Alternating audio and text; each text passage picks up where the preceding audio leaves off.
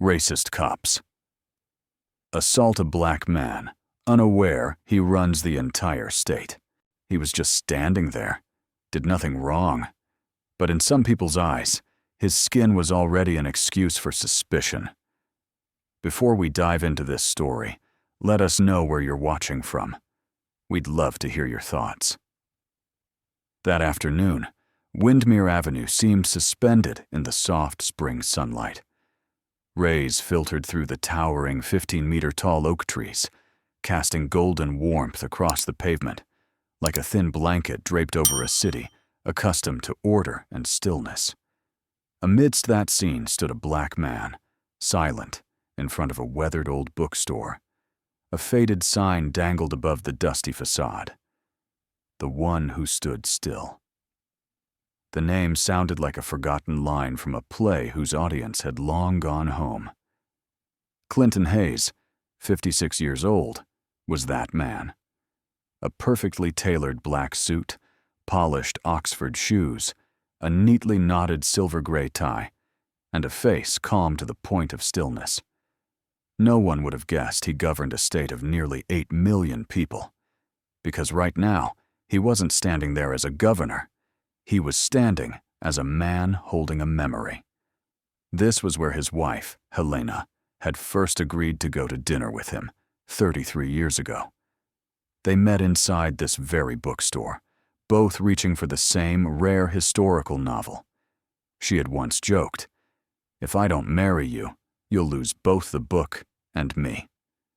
Now, the bookstore was closed, and she had left this world nearly 2 years ago, taken by pancreatic cancer. Clinton stood still for nearly 10 minutes, not speaking, not moving. His eyes wandered slowly along the edge of the worn roof tiles, stopping at the dusty glass window. The silence around him wasn't empty. It was filled with the presence of something lost, and the whisper of things that could never be forgotten. 4 cars passed by, all of them slowed, their drivers glancing at Clinton as if his very presence disrupted the code of the neighborhood. A black man in a suit, standing alone in a community of white-painted homes, upright American flags, and meticulously trimmed lawns. He simply didn't fit the scene. When the 5th car turned the corner, a white boy with platinum blonde hair rode up the sidewalk. He slowed down as he passed Clinton, circled once, then came to a complete stop. His blue eyes were clear but guarded, as though he had learned suspicion at the dinner table. "Are you lost, sir?" the boy asked. His tone wasn't hostile, but carried the hesitation of a child faced with something unfamiliar. Clinton turned to him. His voice was deep, slightly hoarse but steady. "Number, I know exactly where I am." The answer held no polite smile, no command. It was simply a piece of truth, spoken with the poise of someone who knew exactly where he belonged, regardless of whether others accepted it or not. The boy hesitated, but before he could ask anything more, a woman's voice called from a distance, "Liam, get home, now!"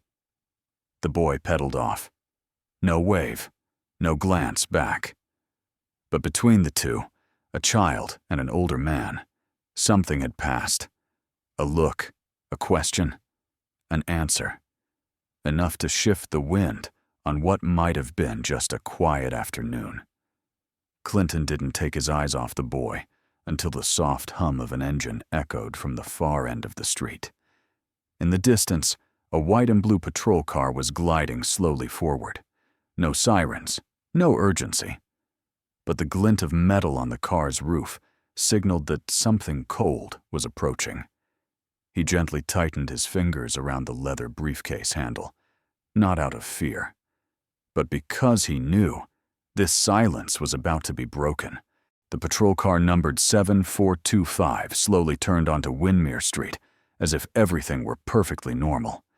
But inside the driver's seat, Officer Arthur Weller, 29 years old, was frowning as his eyes settled on the black man standing motionless in front of the old bookstore. No incident had been reported, no 911 call, no shouting, no criminal activity.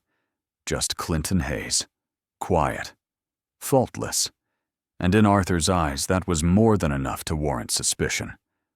Arthur was still young, but deeply ingrained with a warped sense of professional instinct. The presence of a person of color in a place deemed too white was a red flag. He didn't need evidence. He just needed a reason to act. And that reason, more often than not, lived in imagination rather than fact. At 4:12 p.m., Arthur tapped his shoulder radio and murmured, "There's a suspicious individual at Windermere and Holloway, standing still in front of a closed business, requesting backup." 2 minutes later, a second patrol car arrived. From the driver's seat stepped Officer Henry Reed, 52 years old, with over 3 decades in the force. Reed was no longer young. He wasn't quick or smooth, but he carried years of experience and prejudice. Under the banner of maintaining order, he had made many residents, mostly black, feel small in the very neighborhoods they called home. Reed didn't ask for a briefing. He saw Clinton from afar, then exhaled a weary breath. "One of these again," he muttered, voice low and jaded, as if this scene had replayed 1,000 times. There was nothing wrong. But Reed and Weller didn't need wrongdoing. In their world, a black man didn't need to make a mistake to be suspected. He only needed to be in the wrong place, and his presence became the problem. Clinton remained where he was, neither retreating nor advancing. His gaze didn't avoid theirs, nor did it challenge. It was the look of someone who had seen this happen too many times, and understood it better than the 2 officers combined. Weller got out of the car first, shoulders squared as if to display physical dominance. Reed took his time. He stood with arms crossed, leaning against the hood, his eyes scanning the entire scene for any excuse to intervene. There was no theft, no loud noise, no suspicious bag, just Clinton and the leather briefcase in his hand. "What do you see?" Reed asked, not needing an answer. "Doesn't look like he lives around here," Weller replied, eyes still locked on Clinton. "Yeah, too put together. Too quiet," Reed said, as if a well-dressed, composed black man was a suspicious contradiction. Weller began to walk forward. Reed followed. Their steps were practiced, measured, deliberate, hands resting near their belts, the posture of officers closing in on a target. No weapons were drawn, but the tension in their approach suggested they believed they were confronting a public threat. Clinton glanced at the 2 approaching men. No panic, no flinch, but in his calm, unblinking gaze was a chill that seemed to thicken the air like the stillness before a storm. The 2 officers stopped 3 paces from him, not close enough to breach personal space, but close enough to apply pressure. "What are you doing here?" The question dropped heavy in the quiet space, like a gavel striking a seemingly innocent table. Officer Henry Reed didn't yell, nor did he need to raise his voice. His tone was coarse, clipped, rasping from years of cigarettes and the habit of command. It wasn't a request for information. It was a command disguised, an implicit declaration that he was the one in charge. Clinton Hayes turned his head and looked directly at the man who had spoken. No smile, no flicker of emotion, just a gaze, deep, unshaken, and a response as succinct as breath itself. "I'm standing." In an ideal society, standing still would not be suspicious. But here, with that skin and that silence, his stillness had become an offense in the eyes of the uniform. Weller let out a chuckle, a curl of the lip laced with doubt and mockery. "Standing?"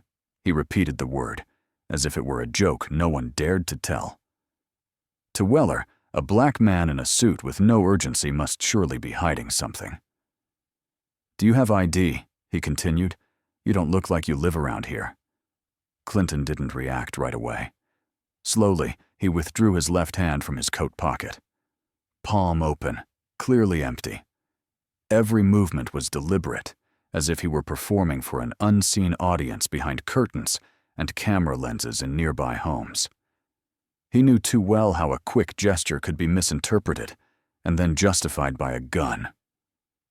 "I am not obligated to show identification," Clinton said, his voice steady, as if reading from legal text, "unless you have legal grounds to believe I have committed, am committing, or am about to commit a crime. Do you have those grounds?" The air paused for a beat. His words weren't defiance. They were knowledge.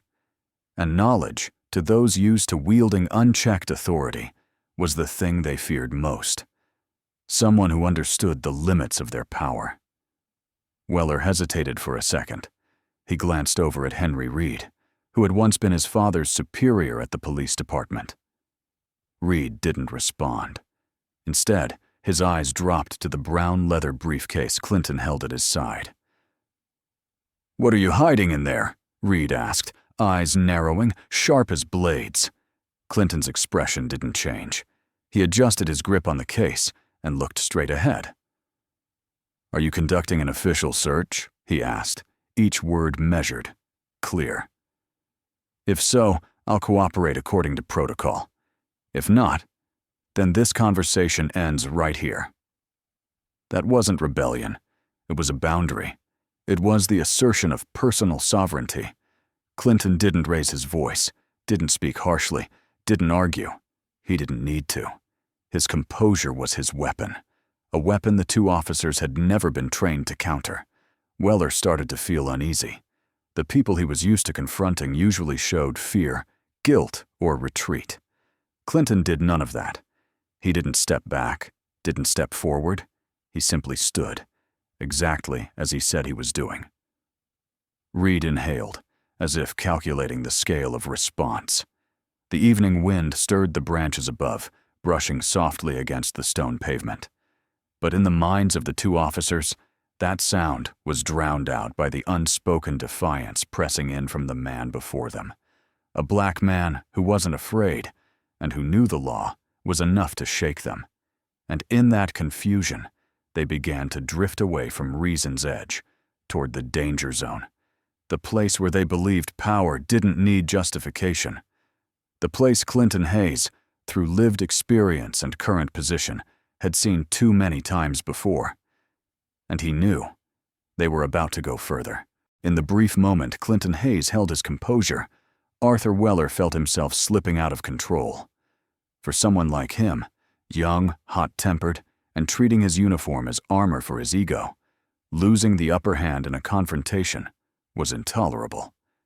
And when reason failed, he did what came most naturally.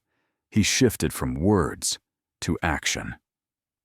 Without warning, Weller lunged forward and yanked the leather briefcase from Clinton's hand, as if he had just uncovered a crucial piece of evidence. The harsh scrape of leather against silence split the air, followed by the flat thud of the bag hitting the tiled pavement. The latch popped open. From the center compartment, a single item slid out, a thick, hardcover book with a deep navy cover. The title gleamed in silver, Between Silence and Power. Author, Clinton D. Hayes. Both Reed and Weller glanced down, but not to read, not to understand, just to search for a reason to belittle. Reed laughed first, a guttural, sharp sound, like he'd just watched a comedy skit. "Oh, writing books to praise yourself, huh?" he sneered, trying to look all intellectual. Weller joined in, voice dripping with mockery. "Bet it's the kind you keep in the bathroom to read while taking a dump." They didn't see the years of quiet research. They didn't see the lectures given before thousands of students on justice and civil power. All they saw was a book cover, and they decided it was a joke. Clinton said nothing. He didn't protest. He didn't explain. He bent down and picked up the book with both hands, as if lifting a keepsake, not just a stack of pages. One finger gently brushed the edge of the cover, clearing dust as if sweeping away the insult. Then he placed it carefully back in the case and zipped it shut, as though sealing back the honor that had been laid bare in the street. But Reed wasn't finished. He took a step forward, placing himself directly in front of Clinton. A cold air radiated from his broad frame, thick with prejudice and arrogance. "Sit on the curb. Now." The command wasn't loud, but its tone dripped with degradation. It wasn't a request, it was a humiliation. In Reed's eyes, Clinton was no longer a person. He was a thing meant to be put down, something not allowed to stand tall in a clean, white neighborhood lined with neighborhood watch signs. Clinton stared straight ahead. He didn't respond, didn't move. He simply let the silence stretch for a few more seconds. That kind of silence that makes others wait, squirm, wonder why holds control. Across the street, behind sheer white curtains on the second floor of house number 211, a middle-aged white woman raised her phone. She pressed record, holding her breath. The camera lens focused on 3 men, one standing tall, the other 2 leaning in like predators. She didn't know exactly what was happening, but her eyes had seen something familiar, and perhaps this time she wasn't going to look away. Clinton slightly turned his head, glancing toward that house. He knew he was being watched, but he also knew this time the witness was different. Weller followed his gaze and caught the glint of a camera. A flicker of unease passed over his face, quickly replaced by a smirk. In his mind, a camera wasn't evidence. It was interference, and interference was always handled in the simplest way: suppression. Reed took another step forward. The space between him and Clinton was now less than half a meter. "Sit down. I won't say it again." Once again, Clinton didn't comply, but his eyes, deep, dark, and eerily calm, had begun to drill into the very nerves beneath the skin of the 2 officers before him. Clinton Hayes took a long, steady breath, then slowly began to lower himself to the curb, as if performing a ritual. No rush, no expression. Every movement was measured, not out of fear, but from knowing that any sudden motion could be twisted into an excuse for violence. He held nothing in his hands but composure, and yet to someone like Weller, that alone was unforgivable. Clinton had barely begun to sit, his back still straight, chin still raised, when a voice shouted behind him, "I said sit!" Weller didn't wait. With a sudden, forceful, and unnecessary shove, he placed his broad palm on Clinton's left shoulder and pushed down with his full weight. The jolt threw Clinton off balance. His knee slipped off the curb's edge, and his right arm instinctively stretched out to break the fall. But it wasn't fast enough. His elbow slammed into the concrete edge of the sidewalk. A dry, hollow crack rang out, like bone against cold steel. Clinton didn't groan, didn't cry out. He simply drew in a sharp breath, his eyes narrowed, and his jaw clenched tight. It was the kind of pain a man who'd served in the military, crossed battlefields in Kandahar, and still carried shrapnel beneath his left ribcage, knew all too well. But pain didn't weaken him. It only made him hold his silence more firmly. Dark red blood began to seep from his elbow, trailing down the length of his forearm and soaking into the cuff of his crisp white shirt. The stains spread like red ink across a blank page. No words, yet a story told in full. The quiet street turned into a stage. From second-story windows, faces began to appear. From porches, neighbors, those who once thought they were mere bystanders, now stood as unwilling witnesses. Behind the curtains of house number 211, the middle-aged white woman gripped her phone tightly. She zoomed in on the wound, on the blood, on the unyielding eyes of the man now forced beneath 2 uniformed officers. Her phone screen trembled slightly with her heartbeat, but the image remained steady. She knew the line had been crossed. This was no longer an inquiry. This was an act of deliberate violence, disguised as enforcement, punishing an invisible crime, standing still while having a skin color that wasn't welcome. The platinum-haired boy had been standing beside his mother all along, his small hands clenched around his bike's handlebars. His eyes were no longer curious, they were confused. Then he tugged softly at his mother's arm, his voice trembling. "Mom, That man. He looks like the guy on TV. Like the governor you always watch. His mother looked closer. The blood. The neatly tailored suit. The familiar gaze is seen every month on the state news briefings. Her chest tightened. She didn't want to believe it. But everything, from his presence, voice, and posture, to the author's name on the book, pointed to one person. Clinton Hayes, their governor. The one who spoke on judicial reform. The one who led initiatives for veteran families post-pandemic. The one invited to deliver the keynote at Stanford Law School with his talk titled, "Justice Has No Color."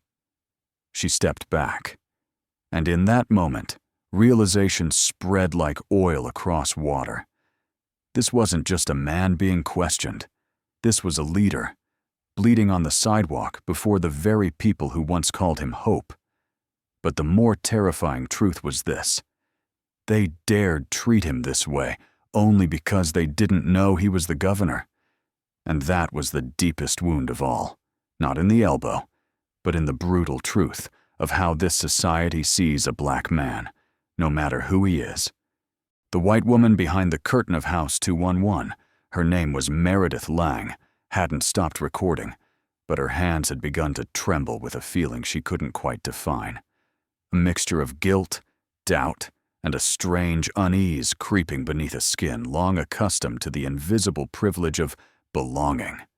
She glanced at her son, then back at the man seated beneath the two officers. Blood continued to soak through the white fabric, now staining the entire cuff of his shirt red.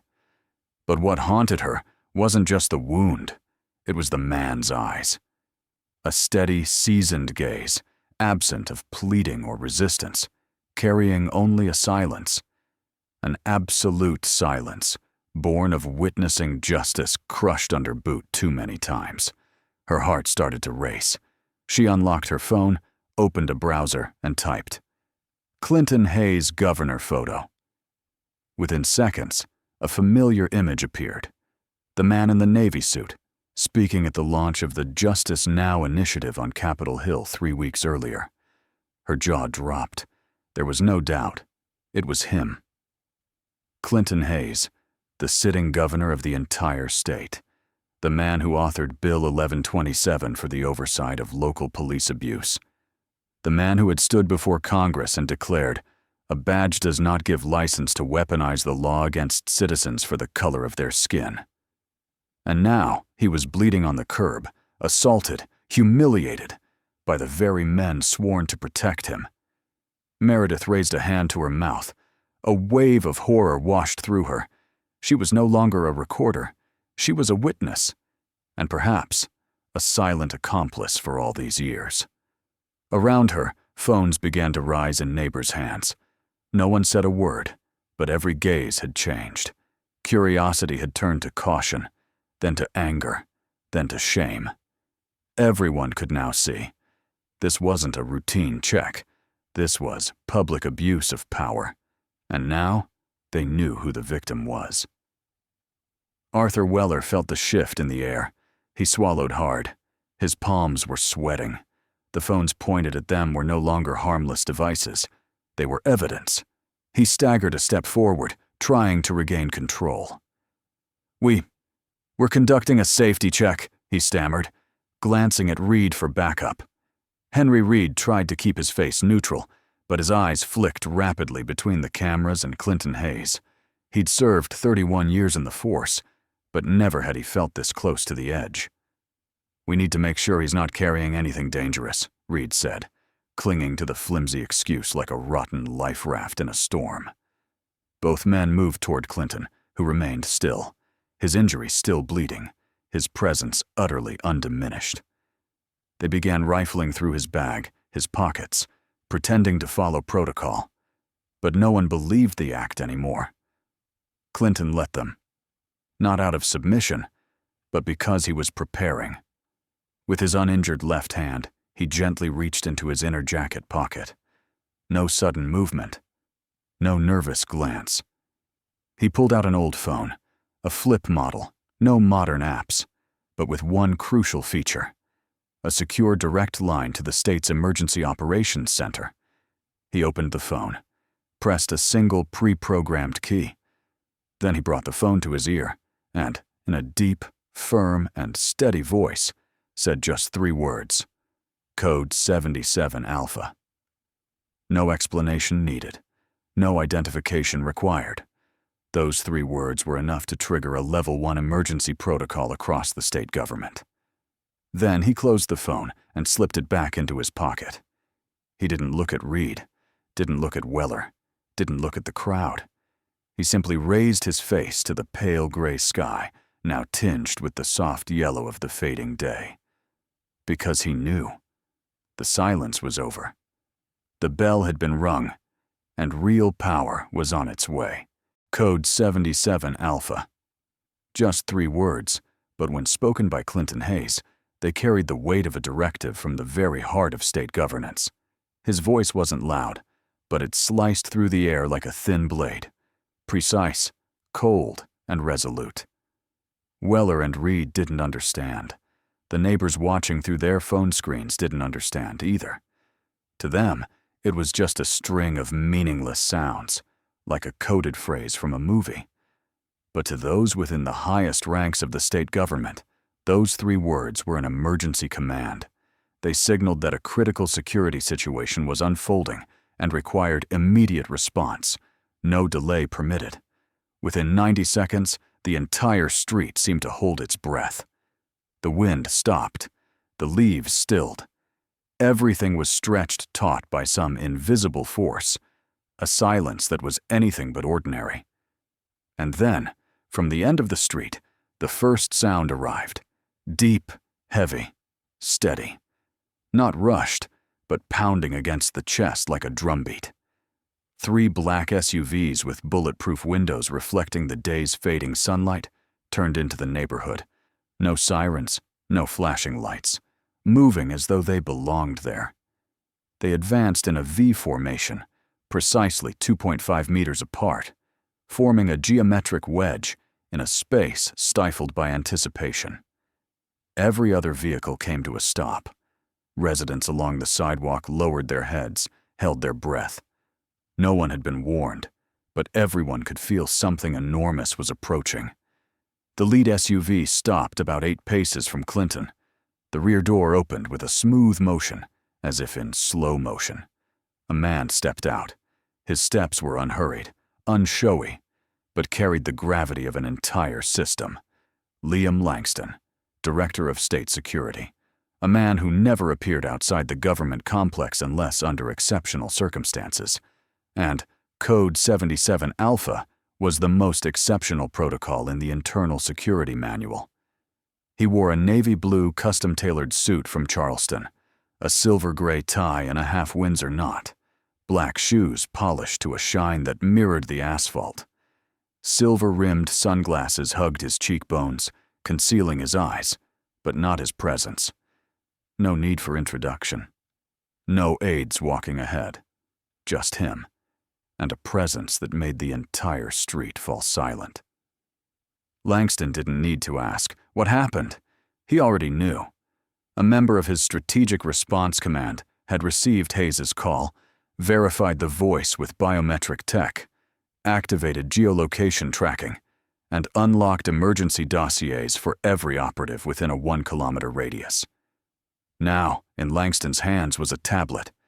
On its screen, 2 personnel files glowed. Officer Arthur Weller, Code 316. Note: 3 excessive force complaints. Officer Henry Reed, Code 204. Note: linked to an undisclosed internal investigation from 2019. He stopped 3 paces from the 2 officers. No one moved. Weller's face had turned from flushed red to ashen gray. Reed stood like stone, though sweat trickled down his temple. Langston didn't say much, but when he spoke, his voice landed like a judge's gavel, measured, firm, and indisputable. Officer Arthur Weller, Officer Henry Reed. Both men flinched upon hearing their names called in a voice they didn't recognize, but couldn't ignore. Effective immediately. Both of you are suspended from duty, pending a Level 3 internal investigation as per state protocol," Langston declared without hesitation. He didn't need to raise his voice. He didn't need to explain. He was the embodiment of a political system they never imagined would descend upon them, especially not on behalf of someone they assumed was a nobody. Clinton still sat there. His right arm was still bleeding, but his gaze no longer rested on the two officers. He was looking directly at Langston, an old comrade, the man who once stood beside him during a rescue mission in Baton Rouge back in 2009. No words passed between them, but understanding did. Then, Langston knelt slightly and extended a hand toward him, solemnly. "Governor Clinton Hayes, are you all right?" That question, in a street now gripped by silence, cracked the air like thunder. A neighbor dropped their phone. Young Liam's mouth fell open. A woman stepped back 2 paces and whispered, "Oh my God." Because in that moment, everyone finally understood. The man they had just seen shoved to the ground, bleeding, ordered to sit on the curb. He was the man who held the highest office in the entire state. No sirens, no shouting, no raised commands. But the way Liam Langston walked toward the two officers with the tablet in his hand, it carried the weight of a verdict that needed no courtroom, a truth that required no justification. Officer Arthur Weller, Officer Henry Reed. His voice was steady, not loud, but in this moment it rang out like a funeral bell. Reed hesitated slightly. His shoulders twitched, but his face remained fixed, as if carved from granite. He had faced accusations before in his 31-year career, but never from someone like Liam Langston. As for Weller, who was usually brash and impulsive, he now looked drained of all color. His lips were pale, and his eyes avoided every lens aimed in his direction. Langston didn't need to say much more. On the tablet screen was everything necessary, from GPS login times, patrol logs, the coordinates of a non-emergency radio call, to an unresolved civilian complaint from last year. It all appeared in his hand, like a roadmap leading straight to a truth the two men couldn't outrun. "You are both hereby suspended from duty," Langston said, effective immediately. "All operational authority and equipment are to be revoked. A Level 3 internal investigation will begin within 24 hours. His tone carried no anger. It carried the law. And law, in the hands of the right person, becomes a force no one can defy. No one in the crowd objected. No one defended them. Because now, they were no longer spectators. They had become living witnesses. On the sidewalk, Clinton Hayes was still seated, but his posture no longer reflected someone under oppression. His presence, with one arm now bandaged by a medic from the arriving security convoy, stood in stark contrast to the two officers who were steadily losing their standing. Langston stepped forward slowly, and then bent down. That movement, between the breeze and the silence, made the whole neighborhood hold its breath. "Governor Clinton Hayes," he said, extending his hand in front of him, "are you all right?" This was an ordinary inquiry. It was a public confirmation that the man who had been shoved onto the curb was no anonymous figure. He was the highest authority in the state's executive branch. That truth hit everyone squarely in the mind. A whisper broke out from the crowd. "Governor?" Then another. Then a wave of murmurs, astonishment, and disbelief spread like electricity through the onlookers. Phones began to lower, but eyes widened. They couldn't believe what they were seeing. The camera on the second-floor balcony trembled slightly. The woman filming, Meredith Lang, nearly dropped her phone. Her son Liam stood beside her, silent, his face frozen. Everything he had understood about power, about justice, about skin color, had just been rewritten. For Weller and Reed, they were no longer standing on solid ground. The world they knew, where they could yell, "Sit down," at anyone who didn't look like them, where a black man in a suit was cause for suspicion, had shattered. They hadn't just assaulted a man. They had struck at the very institution they were sworn to serve. The medic, trained specially as part of the interagency response team, knelt and dressed Clinton's elbow wound with swift, precise movements. A white bandage wrapped around the injury, streaked with fresh blood, became a vivid symbol of the collision between prejudice and truth. Langston remained beside him, unwavering. He understood this wasn't just a matter for internal review. This was a public reckoning, a fracture that would echo through the state society for months, perhaps years. Clinton nodded slightly in thanks. He didn't need to speak. His presence, the blood on his sleeve, the eyes that did not lower, and the silence enveloping the neighborhood, was the most powerful declaration of all. And on the very curb where he had once been humiliated, a courtroom without walls had formed, and the verdict had been delivered. No attorneys, no witnesses, just the truth.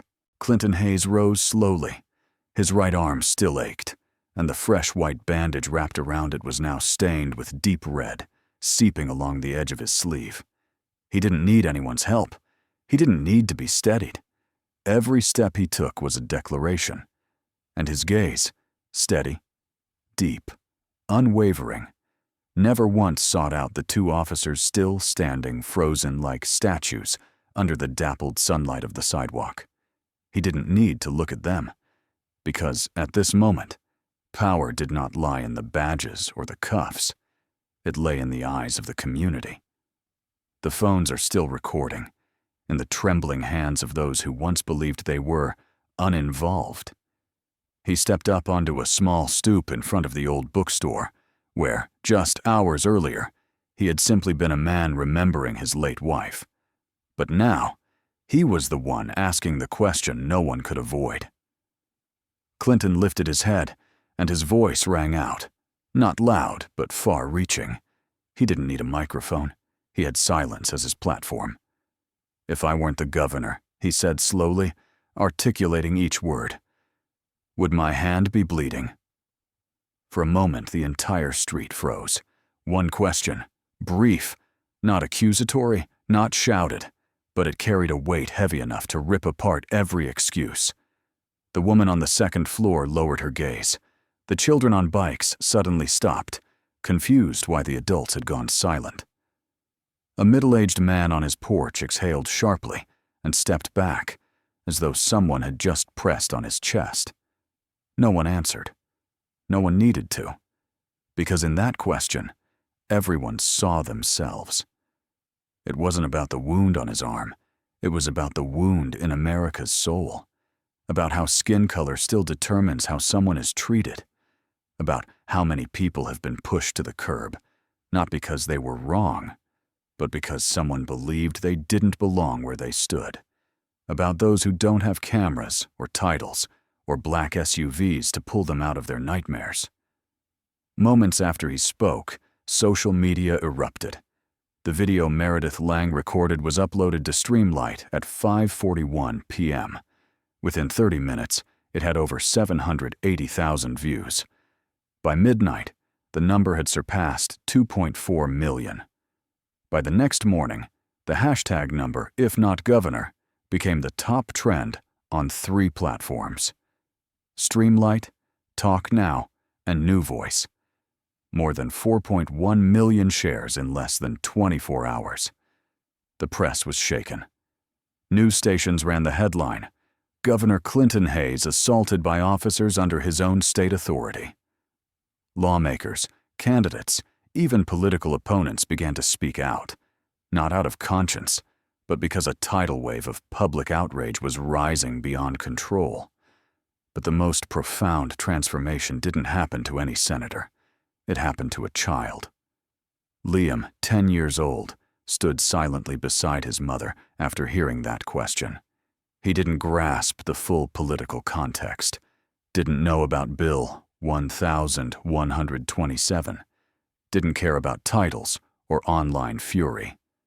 But he understood one thing. That was the man he had asked. "Are you lost, sir?" And that man was never lost. He realized that even his first glance had mirrored that of the two officers, a glance that assumed someone's presence was wrong, simply because they were different.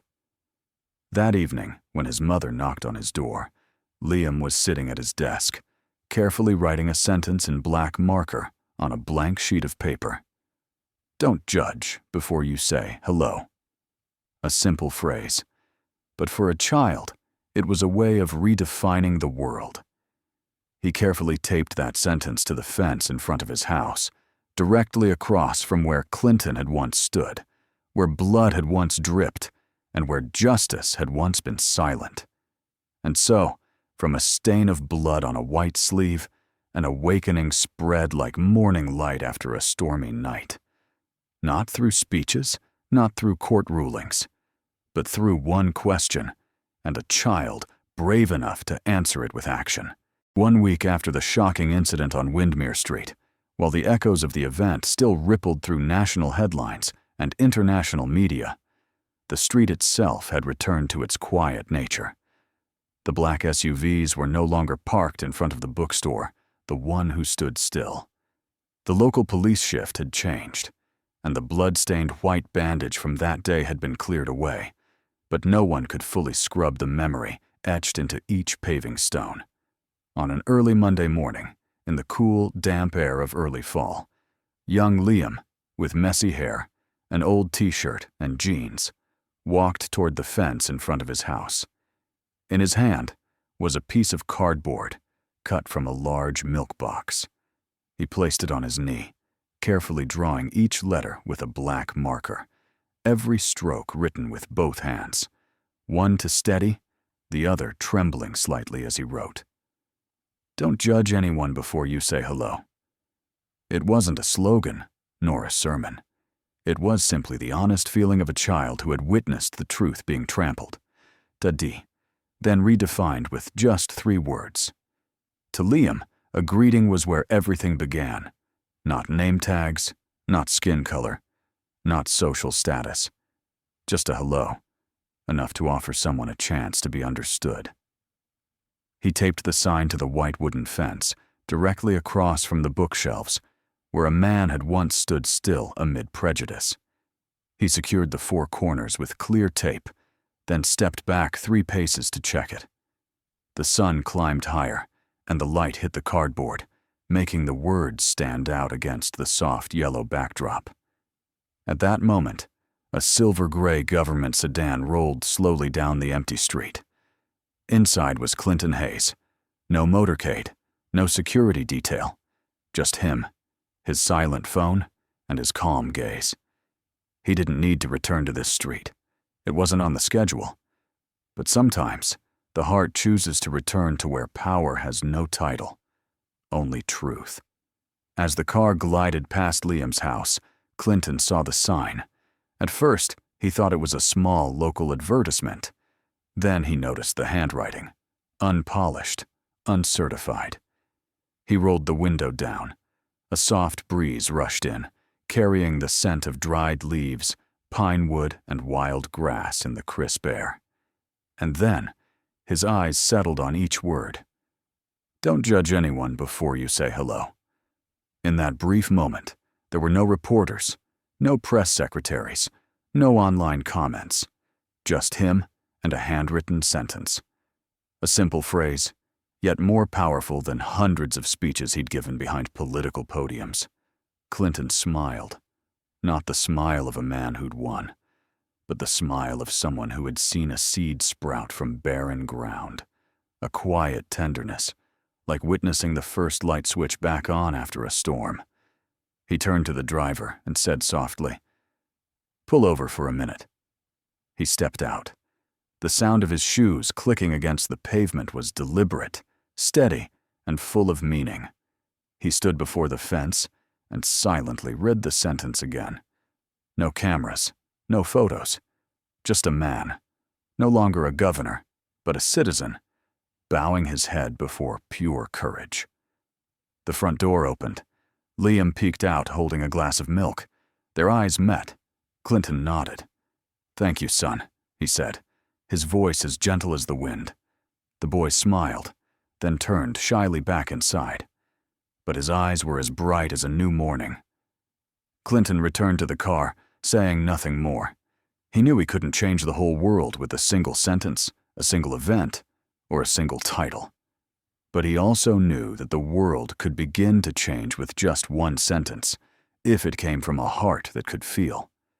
And in the place where blood once fell, a community was learning again how to see one another with dignity, not color, not starting from suspension orders, but from a simple hello. Something had finally begun to change. Join us to share meaningful stories by hitting the like button and subscribing. Don't forget to turn on notifications to start your day with powerful lessons and sincere compassion.